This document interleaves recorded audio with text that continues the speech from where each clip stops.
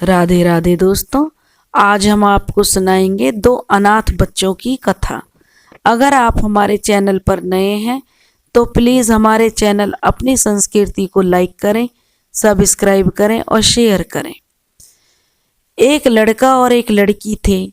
उनके माता पिता का देहांत बचपन में ही हो गया था। लड़की बचपन से ही अपनी माँ को देखकर बहुत धार्मिक प्रवृत्ति की थी, बहुत पूजा पाठ करती थी, अवसान माता का गुणगान करती थी। जहाँ भी पूजा पाठ होता उसमें जाती। अब आप सोच रहे होंगे कि जब बच्चे अनाथ थे तो उनका लालन पालन किसने किया। जो बच्चों के चाचा चाची थे उन्होंने उन्हें कुछ दिन पाला। जब वे थोड़े बड़े से हुए तो उन्होंने भी उनका साथ छोड़ दिया। अब दोनों भाई बहन रहने लगे। भाई जो भी कमाता बहन उसी से उनका गुजारा करने लगी। दोनों भाई धीरे धीरे बड़े हो रहे थे।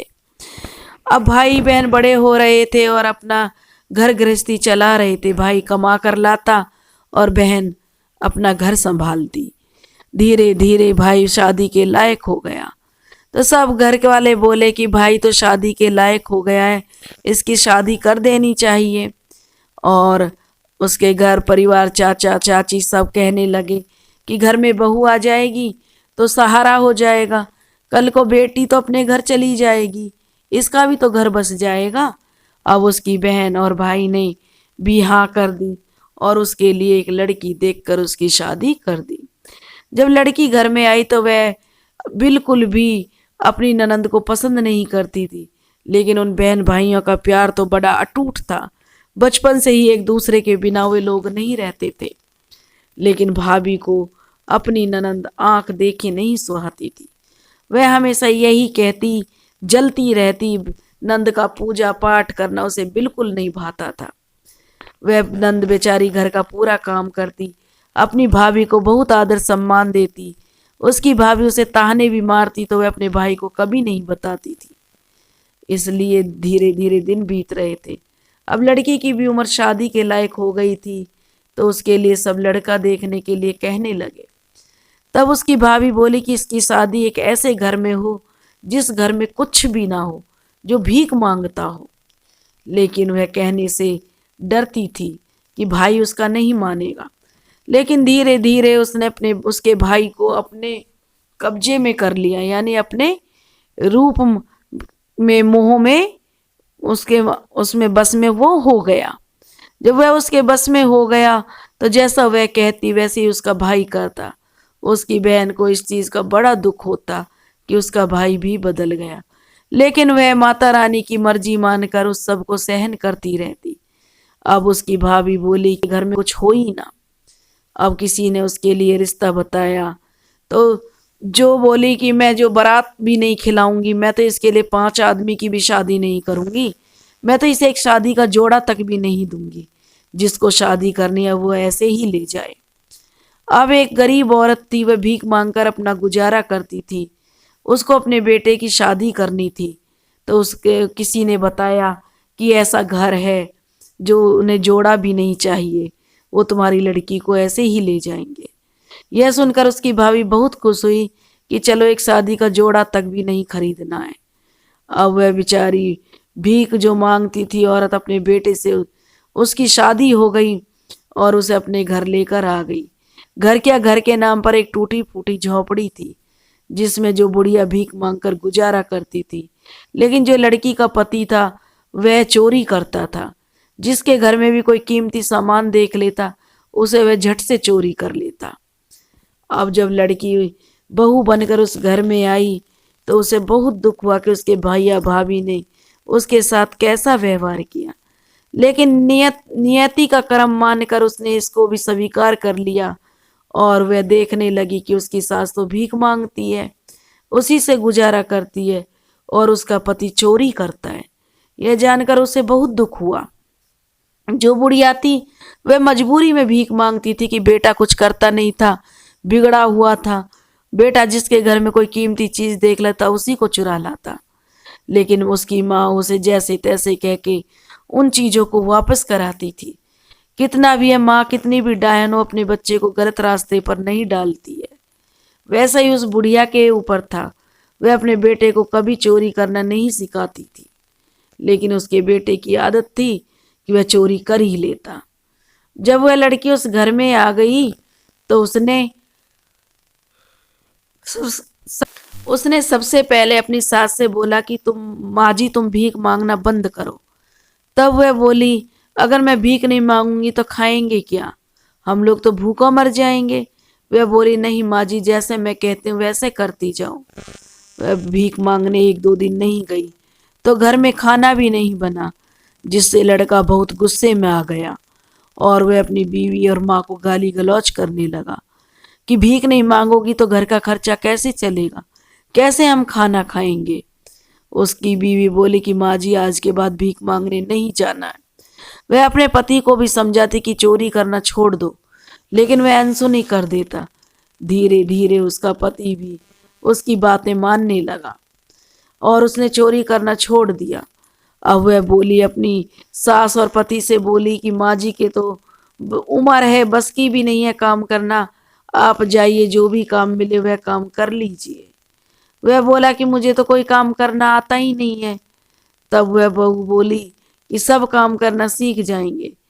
वह 1-2 दिन गया लेकिन उसे कोई काम नहीं मिला। भूख से भी उनके पेट में चूहे कूद रहे थे, क्योंकि 2 दिन से उसने कुछ खाया भी नहीं था। अब उसने हाथ जोड़कर सिविल जो माता रानी के हाथ जोड़कर और उनको जैसा रूखा सूखा घर में था वो बनाकर खिला दिया। माँ उसकी सास भीख मांग कर ले आई। वह बहुत गुस्सा हुई, बोली, माँ जी हम क्या 1-2 दिन भूखा नहीं रह सकते, तुम जो भीख मांग कर ले आई और खाना बनाकर खिला दिया। तो बोली कि माँ की ममता ऐसी होती है कि खुद तो भूखा रह ले लेकिन अपने बच्चों को भूखा नहीं रख पाती है, चाहे उसके लिए भीख ही मांगनी पड़े। यह बात लड़की बोली, माँ जी मैं बहुत अच्छे से समझती हूँ। अब वे दोनों सास बहू बातें कर रही थी, तभी एक गाय उनके घर के दरवाजे पर आई और उसने गोबर कर दिया। जब गोबर कर दिया तो उस बहू ने उस गोबर को उठाया और उसके कंडे थाप दिए। अब उस बहू के दिमाग में आया कि क्यों ना वह अपने पति से बोले कि तुम गांव में जाओ, जिसकी भी भैंस गाय हैं उनको चरा कर लाओ, उसके बदले में वो तुम्हें पैसे देंगी। वो बोला ठीक है। अब उन्होंने क्या किया, भैंस चराने जाता, भैंस गाय जो भी गोबर करती उसकी पत्नी इकट्ठा कर लेती और उनके कंडे बनाती और उन्हें बेचकर अपना गुजारा करने लगी। और अब शान माता की कृपा से उनका यही बिजनेस चलने लगा। उनके कंडे खूब बिकने लगे।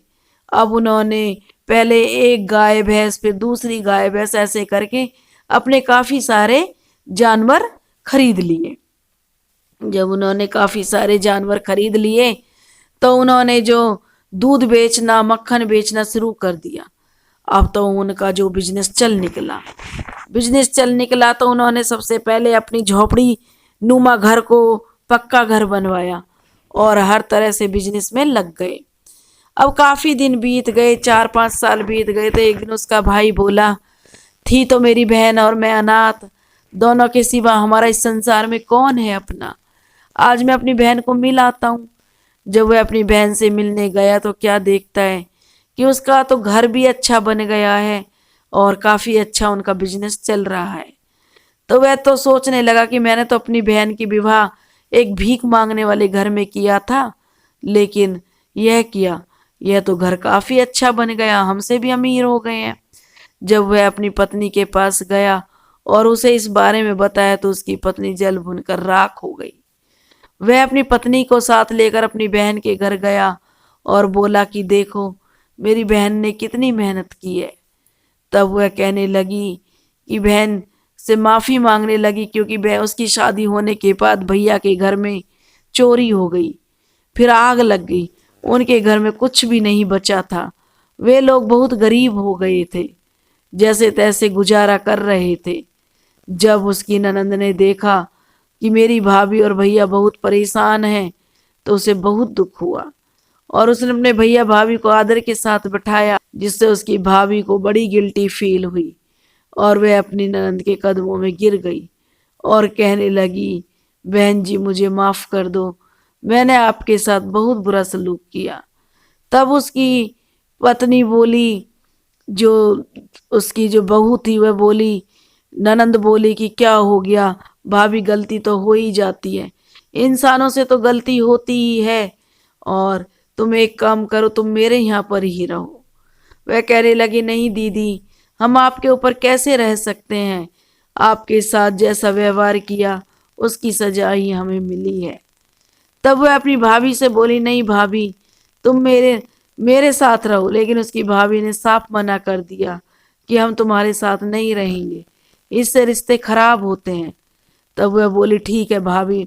तब उसने अपने भैया भाभी के घर में हर जरूरत की चीजें भिजवा दी और अपनी भाभी से बोली कि तुम भी जो है अवशान माता की पूजा किया करो। अब उसकी भाभी भी अवशान माता की पूजा करने लगी। धीरे धीरे उनके हालात सही होने लगे और वे भी अच्छा खाना कमाने लगे।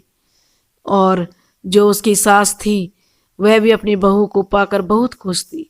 वह कहने लगी, हम तो भीख मांग कर गुजारा करते थे, जब से हमारी बहू आई है, हमारी बहू तो साक्षात लक्ष्मी आई है, क्योंकि इन्होंने आते ही हमारे घर की तो काया ही पलट दी है। जो मेरा चोर बेटा था उसको भी इसने सही रास्ते पर ला दिया और अब वह भी मेहनत करता है, नहीं तो वह चोरी करता था और मैं भीख मांगती थी। हमारे कैसे दिन थे। लेकिन तब बहू ने कहा, माँ जी, यह तो अवशान मैया की महिमा है, उनका जितना गुणगान किया जाए उतना कम है। और सबने मिलकर माता रानी की कथा आरती कही, कहानी सुनी है। और अवशान माता ने उनके घर में 9 निधि दोबारा सिद्ध कर दिए। हे अवशान माता, जैसे आपने उस लड़की के घर में 9 सिद्ध, इतना धन दौलत दिया, इतना मान सम्मान उसे समाज में दिलाया, वैसे ही सबको देना। कहते सुनते हुंकारा भरते की। बोलो अवशान मैया की जय।